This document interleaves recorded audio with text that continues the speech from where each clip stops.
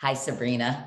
Hi, Katie. So here we are. First and foremost, we have so much to talk about, but I have to say congratulations on being the new co-anchor of the Daily. How Thank you. jazzed are you about this? Very excited. So excited. Yeah, it's a medium I've really admired for a very long time. And I feel incredibly lucky that the New York Times chose me to be one of its voices. So it's an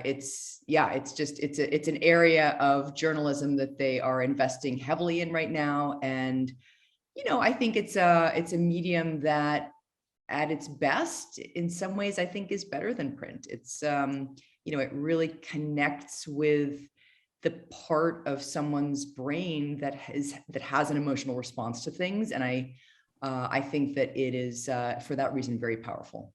It is so immersive, and yet it is quite different than print.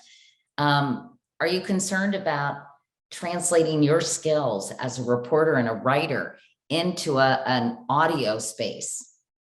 Well, yeah, you were right to point out that they are very different. And I am concerned about translating my skills. I mean, I think I've been practicing for quite a while, since I've been with them on and off, really going back to 2018. So it's, it's a very different medium. There are certain things that are the same. I mean, in terms of basic journalism, I just spent 3 weeks in Ukraine. And that was in some ways kind of me returning to my old life and what I used to do. I used to spend a lot of time in Russia, and I spent a lot of time in war zones. And this was kind of combining of those two things that I'd spent a lot of reporting time on. And, at its most basic, you are kind of going to people, listening to their stories, trying to reflect back some sort of a picture of what is actually happening in that place. So fundamentally audio is trying to do that as well. But, it's just, I think for our show, I was watching the print reporters do what they do, which is, having to confirm lots of things, this bombing, that bombing, what is happening all the time, all over the country. And because we have a show a day, we picked one big target. And then we were doing, quite a number of them on Ukraine, but I could really take my time and step back a little bit and say, okay, what are the emotional notes we want to be hitting in this particular episode? We don't have the burden of having to run around confirming every last bombing. We can really kind of take our time and pick our targets. And I can spend a whole day in a train station talking to kids and their moms and really plumbing the depths of that. And that is something that I really love. I've always liked deeper in journalism and not faster Or wider. Yeah, like I like the sort of the narrower lens, because you get to go deeply into someone, get a sense of the psychology, what is driving that person. I do think a lot of the whys come from deep exploration, deep inquiry, and I love that about audio. It seems singularly focused on that. I agree. And I think by telling a specific story and by really digging into the human emotion, it can be much more effective in reflecting the bigger story. Yes. In a way that sort of harder factual news can't necessarily convey. Yes. Let's talk about Ukraine in a moment, but first I want to give our listeners and viewers a sense, Sabrina, of your crazy background, because I'm sort of like, Sabrina grew up in a rural town in Western Massachusetts. You picked blueberries in the summer to make money. You went to Barnard, and suddenly you decide, hey, I want to move to Russia. What up with that, Sabrina? So I think, in a lot of ways, I think it sprung from my coming from a small place and feeling like I wanted very badly to see the world. I didn't grow up in a big city. I grew up in a town of 1,800 people. My 8th grade class had 12 people in it. And for the longest time, really as early as I can remember, I wanted to travel. I wanted to see the world. I wanted to be able to experience what life was like in different places for different people. And so my first stop was a big city in the US. So that was New York, and that's where I went to college. And then in college, I had to take a language requirement. It was something that I had to do. And the father side of my family came from Italy in the 1950s. So there are a lot of cousins who were Italian speaking, and I thought I wanted to do something different. And it was 1989 and the wall was falling and the Soviet Union was on the verge of collapse. And there was a lot happening in Russia. And so I took Russian, really kind of on a lark. I thought, different alphabet, something different. This is where, there's some history happening in this part of the world at this point. And so I took that as my language. I have a pretty good ear for languages, so I got pretty good at it. And then I went after graduating. I guess around my 24th birthday, I moved to Eastern Russia, to a city called Magadan, which is on the eastern coast. If you know the Risk Board, it's kind of on the underarm of the Kamchatka Peninsula. It's under there. Most people don't know it, but it's very far. It's kind of above. It's in the Far East. That was pretty brave of you, Sabrina, to just to go to Eastern Russia at 24. Did you go by yourself? So when I first went, I was calling around after I graduated from college. Anyone want to go to Russia with me? No, I didn't. I didn't particularly need anyone to go with me, but I needed a job. So I was kind of calling around, those were the days of faxes. You would still fax your resume place. So I was faxing my resume to like law firms and places like that. And no one was hiring me. I mean, probably understandably, I was someone with basically no skills who was faxing them my resume. And I called at some point Alaska, some nonprofits up there, and then some national parks up there. And then at some point, one of the national parks, a big national forest called Chugach National Forest, told me that they had some educators who were going to Russia to teach in a summer exchange program for high school kids. And they needed a translator. They weren't paying, but they would pay the way. And I thought, oh, that sounds great. So I went and did that. And that was I think the summer of 94. So I spent a couple of months with 20 high school kids, a couple of Russian teachers, and then this American teacher in a very remote place of a place called Magadan Oblast. So it's the region of Magadan. Again, I mean, it's an 8-hour flight from Moscow. So it's very remote even for Russians. And then on my way back to the US at the end of that summer, I met someone who was working on a USAID funded program in the city of Magadan. And she said, we're looking for someone to kind of help organize things and be a bookkeeper and do some administrative things for our program. Would you be interested? And I said, yes. So I stayed. So I was in Magadan for 3 years. And then did you move another place in Russia, or you just? Yes. So in 1997, so that was 1994. In 1997, I moved to Moscow. And that was, in that era, Yeltsin, of course, was president still. It was kind of the wild 90s. They were having all these currency collapses and it was very, very difficult time for Russians. The stock market was going wild, and there were a lot of sort of foreign investors in Russia. And then the year after I began, they had a big default and currency collapse in 1998.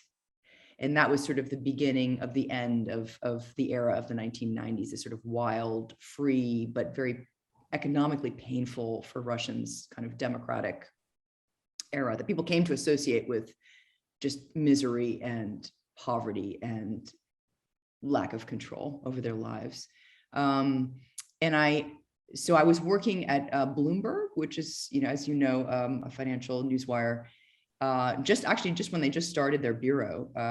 And I worked there from 97 to 2000 when and then I started the Times in 2000. So yeah, so I was basically working in journalism from 1997 on.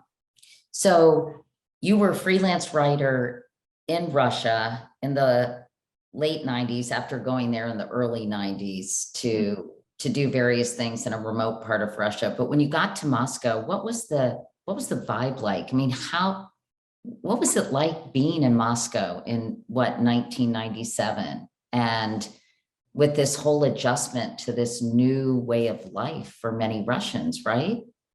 Yeah, it was very, it was different than Magadan. Magadan, of course, was this very remote place, even for Russians. And it was very, there was sort of the sense that people had kind of become stranded out there. It was very expensive to live out there after the Soviet Union collapsed and all of the kind of, the support, the price supports and the sort of the subsidizations of life out there fell away. It was expensive to buy groceries. It was expensive to heat houses, and people didn't have the money to do those things. So it was very difficult time living out there for a lot of people. In Moscow, coming to Moscow, I mean, it was such a wild time in a lot of ways. It was, there were sort of mafia stories, and there was the privatization going on in which, a small handful of people were sort of fixing the national, the privatization process and making, coming away with fortunes while most. I was going to say, would those be the oligarchs? Yeah, they were the early ones. So they were the 1990s oligarchs. Then, of course, there was a whole other iteration after Putin came to power and, established his own networks and had his own kind of groups of people getting rich off the state. But these were it was Friedman, it was Khodorkovsky, it was Abramovich. Some of these names are still around, but a lot of them aren't. Gusinsky, he had the big media empire. But I remember there being this kind of real freewheeling sense of foreigners coming in, people making a lot of money. The stock market was going crazy. It was like, oh my goodness, this capitalism thing, everybody's kind of into it. But really for the average Russian, it was just a very painful, frightening time because people, became impoverished. They weren't getting pensions. They weren't getting salaries. There was this kind of saying that, the word democracy in Russian, it became this kind of curse word in a way. And, people associated that period of the 90s. It was a very searing period. They associated with loss of control, poverty and real fear that they were not going to have food the next day. So yeah, terrible growing pains, it sounds like. And did the word democracy become less of a sort of four-letter word eventually? I mean, I don't think so. I think Russia is still finding its way and trying to understand what it is and what it wants. And, now, of course, with the war and with Putin in power so many years, it's, I think it's pretty confused. I think that it never really had much of a muscle memory of democracy anyway. So it was always kind of an abstract notion. I think we sort of imposed that on them, that we thought they must have wanted that because we have that. And of course they would want to be like us because our system is very good. I think that, we all are now experiencing a degree of, seeing democracy and what it means in a new way, including in the US, with the past couple of years. But in those days, I think it was just a very frightening time for a lot of Russians. And I think in a lot of ways explains the rise of Putin in 2000, why people were so receptive to this man that I think, from the outside, people look at him and say, why would anybody want that? And if you experienced Russia in the 1990s, as the ordinary Russian did, you understand exactly why you would want that. You want someone who's going to bring order. You want someone who's going to make sure that your pension is paid. You want someone who's going to make sure that those rich guys who stole everything after 70 years of this communist telling you that it was property of the people, realizing he was property of only 7 people. You wanted those guys not to get away with murder. You wanted some pretty practical things, I think. But power in Russia is, is absolute. And Putin came in, took it, and consolidated, and essentially kind of recreated this very corrupt system that had existed before. It's just a different set of people. You were a reporter for the New York Times. You started at the Times in 2000, the same year Putin came into power. Did you ever have any interactions with Putin, or what were your impressions of him, other than he was obviously a strong leader that people were looking to, as you mentioned, restore order and give them, I guess, a baseline quality of life? I never was one-on-one with him. I've been to a couple of his he would have big kind of end of the year press conferences. Been to a couple of those. I've interviewed lots and lots of Russians who really love him. So I understood his power, if not through my own mind, certainly through the experience of Russians who were experiencing him. But I remember clearly the night that he was elevated. It was Y2K. It was New Year's Eve from 99 to 2000. And, all of the American news organizations, all of the editors had tasked them with basically calling every single nuclear power plant across Russia's 8 time zones, because they all thought that there was going to be a nuclear meltdown because the computers were all going to go in the fritz. Right. And I remember that. Oh, there's another American on the phone. Will you talk to her? Oh God, no, we're fine. Our computer didn't, so we were all kind of rolling our eyes at this assignment. And then that night, Yeltsin abdicated. Yeltsin made this unbelievable speech in which he said, I thought we were going to have this great leap to some bright civilized future, and we got stuck in the middle. And I'm sorry. And I am installing this guy, Vladimir Putin, who's been my deputy prime minister, to run the country. And there will be an election in May in which you will decide whether you agree that he should be president or not. And in May, he won overwhelmingly. And here he is, 22 years later. Yeah. And we're going to talk about Ukraine. But I do want to ask you another question about Russia, because 20 years ago, Sabrina, you wrote, Russians, quote, miss feeling like a great superpower, and they've had to swallow this bitter pill of being weak. So I'm wondering, as we transition this conversation into Ukraine, do you think that sort of inferiority complex somehow permeated the Russian psyche and might have contributed to this invasion of Ukraine that started on February 24th? So I think, there are 2 layers, right? I mean, I think certainly for Putin, I think that Putin always saw the Soviet collapse as a humiliating tragedy. There was Madeleine Albright just died, and we were looking at, I was reading through her obit, and she said that she was the first American official to actually meet with Putin after he became president in 2000. And she said she was left with the impression that he claimed to understand why the wall fell and why that was happening, but at the same time, she had the impression that he felt embarrassed about the Soviet collapse and did see that as a tragedy and weakness. And I think humiliation, which I think is such a good word because it's powerful. So visceral, right? It's powerful. It's powerful. It's a driver of a lot of things, I think, particularly in conflict. So I think that for him, it was always, this was always the case. I mean, if we remember back to one of the first things he was really known for in the Russian government was the Second Chechen War, of course. So he kind of came in guns blazing in 1999 to really put down for a second time this kind of independence movement in this little republic that's in the south of Russia called Chechnya, quite brutally, and in a way, is sort of a similar playbook that they're using right now in Ukraine. but I think so. I think that Putin as a leader was really animated by that idea, you know, the humiliation and the kind of sense that Russia was somehow sort of less than and not, you know,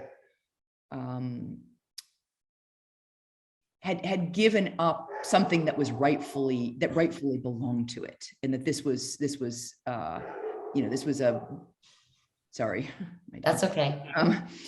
that it like it had been cheated out of something that rightfully belonged to it, and that there was a real sense of grievance in that.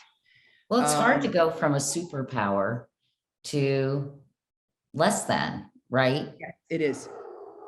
And if you think, you know, even in the US, we understand now this sentiment, right? That make America great again. That you know, when I first came back to the United States from Russia, well, from being abroad in 2010, and there was the kind of the beginning of, I'd say, the very early Trump stuff. You know, the Tea Party was starting to happen, and I recognized a lot of what I remember in Russia from the 1990s. You know, if only the factory could come back, if only, you know, we could have what we had, you know, in the 1950s and 60s and 70s, if only we could go back.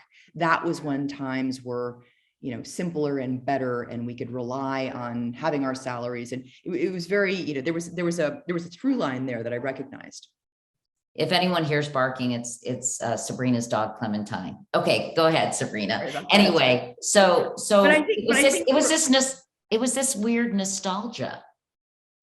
Yeah, and you could kind of understand, you know, in a certain sense in Russia, why Russians would have that, right? It was it was a time when they, you know, perhaps they weren't entirely able to, you know, be free, quote unquote, as we would understand it, but they knew that they could buy the sausage in the shop that was near their house, and they could afford it. And they knew that they could probably afford to take a vacation to Bulgaria. And they knew, you know, that they could depend on these basic kind of middle-class things that made life worth living. And that when we came along and told them, oh, but you must want freedom of the press because that's the most important thing, they would look at you blankly and say, why? It's not more important than being able to buy sausage. And so I think that was the, you know, that was the sort of the conversation we were having with Russians in the 1990s, and they just weren't understanding, you know, what was it that was so important about this democracy thing. It just didn't really make sense to them. This era had brought only misery. And so I think back to your original question, Katie, this good question of kind of humiliation and that sort of feeling less than. I think that for a lot of Russians, that was true as well, that, you know, we used to be great. People used to respect us in the world. They used to be afraid of us. And now look, you know, they laugh at us. And that hurt. And I think that, again, I don't think this is a particularly Russian thing. Perhaps it's a big powers thing, or it's a declining big powers thing. Again, you know, I feel like or it's a human nature thing involving, yes, you know, I think countries can have egos too. Yes. And, you know, interestingly, I mean, I remember one of the first assignments I did when I came back to the US in 2010, I was covering the midterms in Delaware, of all places. There was a Tea Party candidate there that I was following. And I remember going to a kind of a big sort of secondhand market on a Sunday in Southern Delaware. And I was talking to people there and saying, you know, I was talking about the election, and then I was just sort of talking about life. And I remember asking this one guy, you know, why do you come here on a Sunday? You know, you could be just at home watching TV or relaxing. Why do you come to this market? And he said, well, I love being in a place where so much of the merchandise was made in America.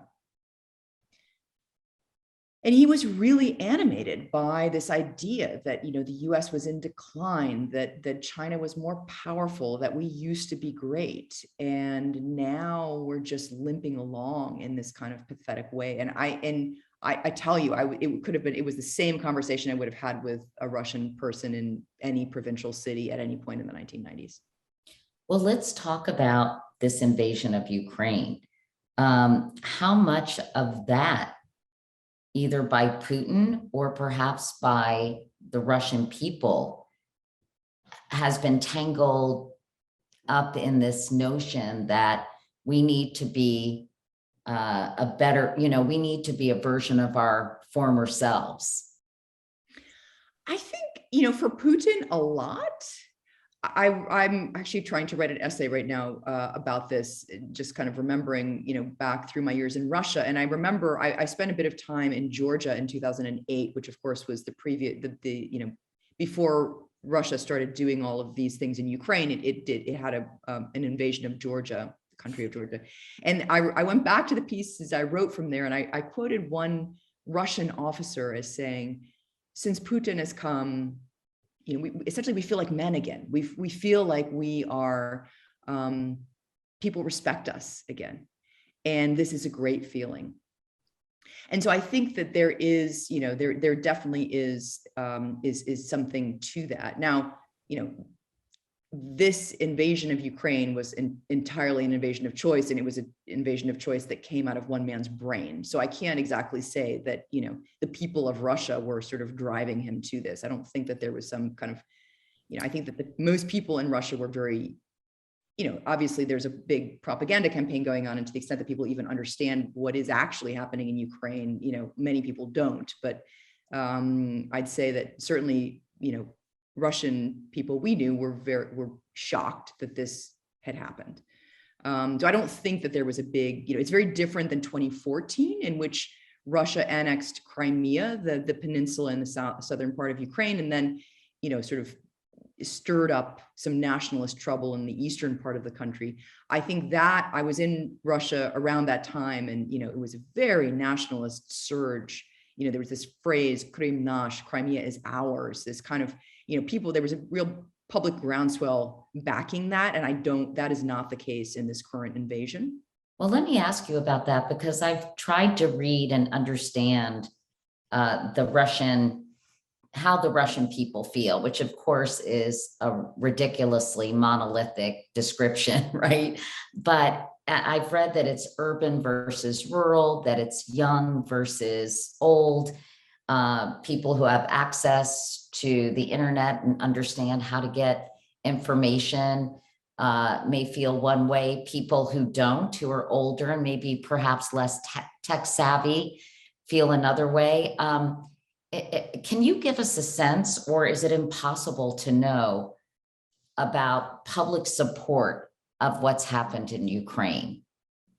So I actually spent quite a bit of time trying to sort this out, because I myself was also very curious about this. I mean, you have to sort of start with that there aren't really public opinion polls at this point. There are some very good organizations that try to do it, but it's just become, quite dangerous. There are lots of arguments about how even, the best ones, when they call up people on the phone, would you honestly answer anything at this point in Russia? So, there's a huge amount of skepticism about the polls that are out there. Having said that, I did call a number of those organizations for the purpose of this piece of writing I was doing. And, it's anywhere between half to 2/3 of, nationally, of Russians say that they support whatever it is they think that Putin is doing in Ukraine. So, the support is pretty high. But you need to understand along with that, that it's that for the most part, there's really not a clear picture anywhere of what is actually happening. Certainly most people are still just television watchers, and on Russian television, you would never know what was that there was a war going on in Ukraine. Really? Not at all? Well, it's a small, it's a contained, small sort of humanitarian, mission that's very denazification, because the Russians were being mistreated, the Russians in Ukraine, or, I mean, is that what they're thinking? I mean, when you say, is that what they're thinking? It's hard to, I think that for the most part, the best way to understand it is that Russians, there obviously are some, very nationalist people in Russia who say, oh, down with those Nazis, good on you, Putin. But I think that for the most part, the most common reaction is, something's going on over there. I'm not quite sure what it is. It's one big power against another big power. Big powers are all corrupt. who can possibly sort out where the truth is? It's too hard. I don't know. Everybody's lying. I'm just going to go buy tomatoes. It's that, it's the kind of like, probably they're not entirely telling the truth, but I'm just one little person. I'm never going to be able to truly understand it. And, the West has always had it in for Russia anyway. So I certainly am not going to believe what they're saying. I mean, it's this real kind of like, just, Attachment. it's just post fact society, which again, Katie, I mean, I feel like we are, we're not entirely ignorant of that. And I recognize Russia in a lot of these tendencies in the US. It's that, no one, you can't, it's the making of, it's getting society to the point where it's so cynical and so exhausted that it's not going to listen to anybody or anything. So true, false, whatever. I'm not going to bother my head about trying to sort it out, because it's never going to be clear for me and it's never going to be working in my favor. And I don't care. And that's kind of where they are. So you have done some incredible reporting, telling these microcosmic stories that I think are very illustrative of what's happening over and over again in Ukraine. And I know you spent time, as you mentioned, with mothers and their children, and that they were just, I think, in a complete state of shock. Yeah. Tell me what it was like talking to those women. And many of them, I'm assuming, Sabrina, are your age, small kids. And I'm curious, what did many of these women tell you?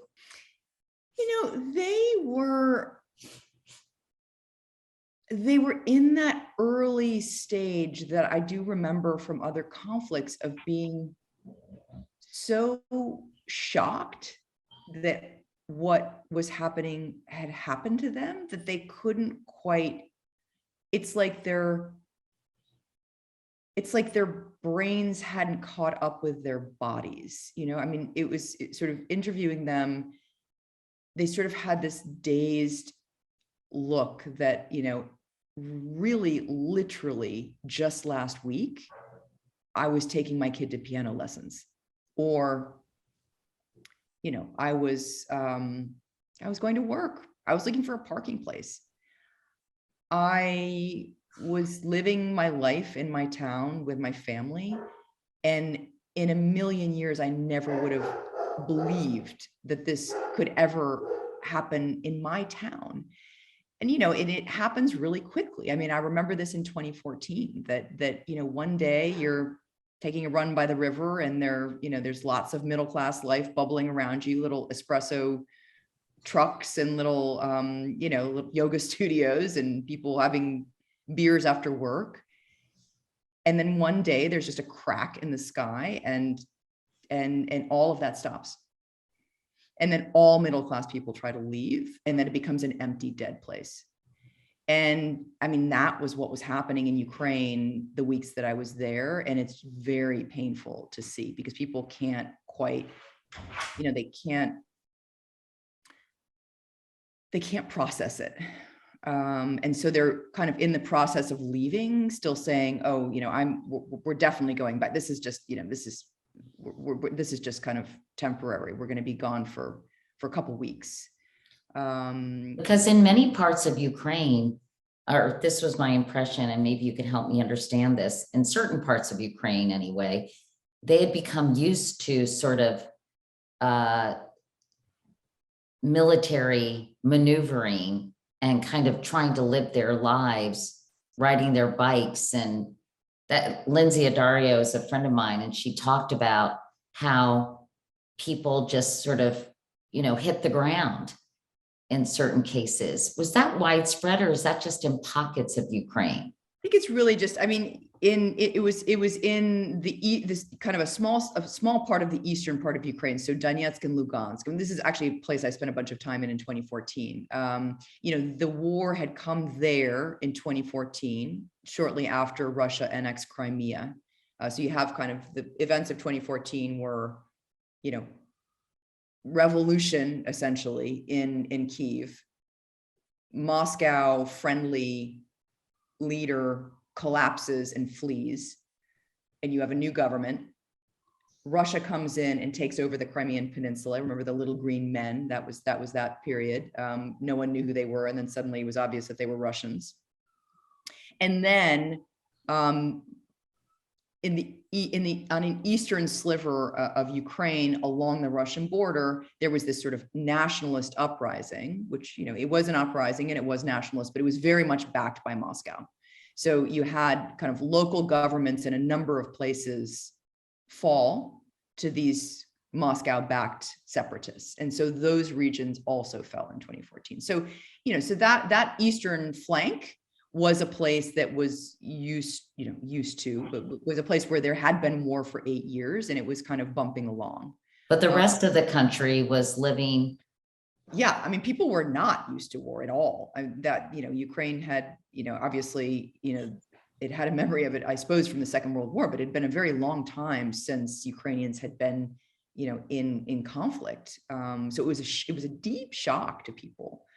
And you just saw them kind of ghost-like wandering through these, in these long lines of traffic, and this whole kind of, it's like the whole country emptied out into this one river trying to leave. And we did an episode about it because I was so struck by, what happens when, millions of people get on the road at the same time to leave their homeland. It looks like that. 4 million at this point. 4 million people have left Ukraine. And so many internally displaced as well. I mean, many, many more internally displaced. So what is going to happen? I know you don't have a crystal ball, but I think that's what everyone is wondering. First off, I mean, it's taken much longer for the Russian military to do this. I think they really underestimated the pride and the fierce loyalty Ukrainians had for their country and their way of life.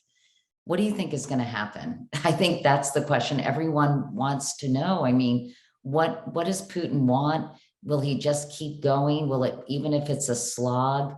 What's going to happen to Zelensky, who's just impressed people all around the world with his defiance and courage? I mean, how do you see all of this playing out, Sabrina?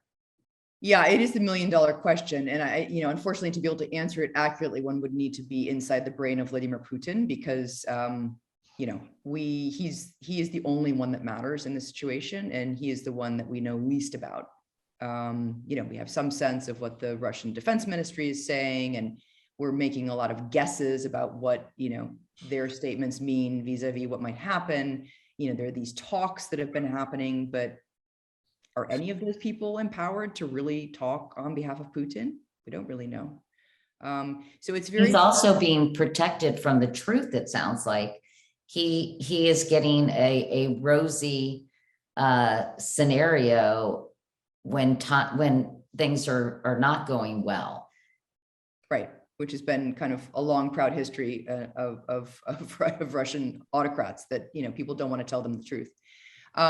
It's very— I think the thing that I've been most surprised by is that Ukrainians have really rallied and really shown that Ukraine is an idea that they are willing to die for. I didn't really know what to expect, but certainly, like, that has been very much something that has come out of this. I mean, it's like going around Ukraine those weeks, it's like every single person in the country was rowing toward the same point on the horizon. I mean, it was this amazing kind of social act that was going on, everybody. So that was quite something. In terms of the Russians, again, I can't pretend to know what's in Putin's head. It's obviously not going very well for them. But I don't think that means that he will back off or say, okay, I'm crying uncle. I mean, he believes that Ukraine cannot, go west. I mean, that, you know, it's very fundamental. And I don't think that, you know, some military setbacks are going to change that. So, you know, maybe there's a scenario in which, you know, Russia resets and it's more about taking the eastern and southern parts of the country, which is, you know, on the other side of the Dnieper River.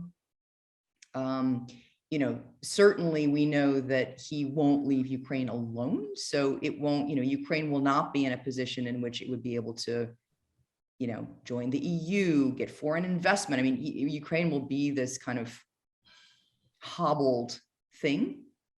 And that, of course, suits his purposes very well. So I don't really know territorially what it will mean, but it is not good for Ukrainians. And I would honestly be surprised if, you know, in a couple of weeks, there's some diplomatic solution and we all go back to the way we were. I just don't see that happening. So you think it will just continue to be a slow and painful and violent chipping away Yes. of this country and its people and any civilians that may get in his way? Yeah, I mean, I don't think that matters. In fact, I think that that's part of the strategy, right? That was certainly the case in Chechnya, you know, that you make up for what you can't achieve in a functioning ground campaign by bombing things.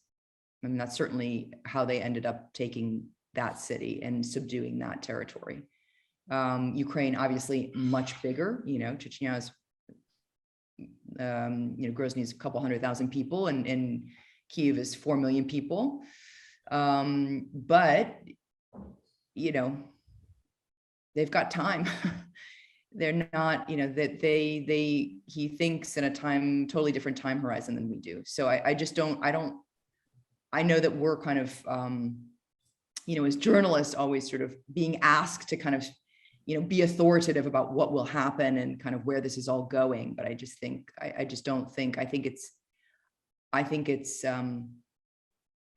necessarily going to a good place. And it's going to be, it could be, you know, muddled and unclear, but certainly painful and grinding for a very long time.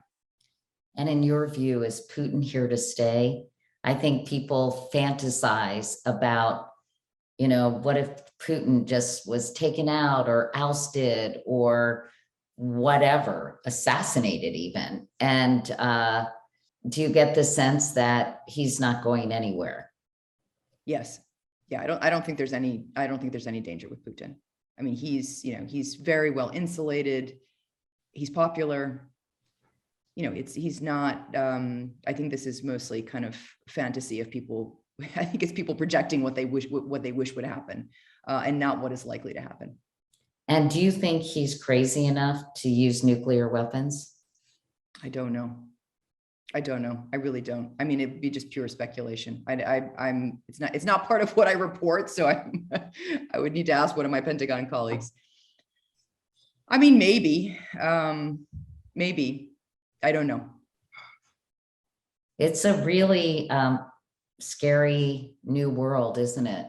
In many ways. Very strange. I keep looking at it thinking, is this happening? I keep squinting and just not recognizing it, though I should, you know, because as many people in Russia will tell you, you know, there have been signs of this for a long time. I mean, there was the Grozny invasion in 2008. There was Crimea and Eastern Ukraine in 2014. There was Chechnya in 2000. But yeah, it's like we kind of, I guess we're always trying to tell the world that Russia in a lot of ways was lovable and good and interesting and like a place that they should admire. And, you know, perhaps we should have spent more time on the parts that you shouldn't. It's kind of like what, you know, what's in the mind of one man, because I can't really say that, you know, Russians themselves were desperate for this. I mean, in a lot of ways, it's a very radical thing that he's doing. I mean, for Russians to be killing Ukrainians, that's not and has never been something that would popularly fly. Or would it be like Americans killing Canadians? Yeah, like that. it just, I mean, I can't even, I mean, it's so deeply shocking, which is why I think people have this kind of defense mechanism that it can't be, it's like, it's not really that, there's something else, some way I can justify it, because it's too horrible to actually contemplate. If I have to like stare at into the sun of it, I actually can't get my head there. So it's radical what he's doing. Well, I'm glad that we have your intelligence and sensitivity to help us guide us through this very scary and uncertain time. That sounds like it has potential to kind of shift the world order in some ways and present a challenge that Americans really haven't thought about for a very long time. Very much so.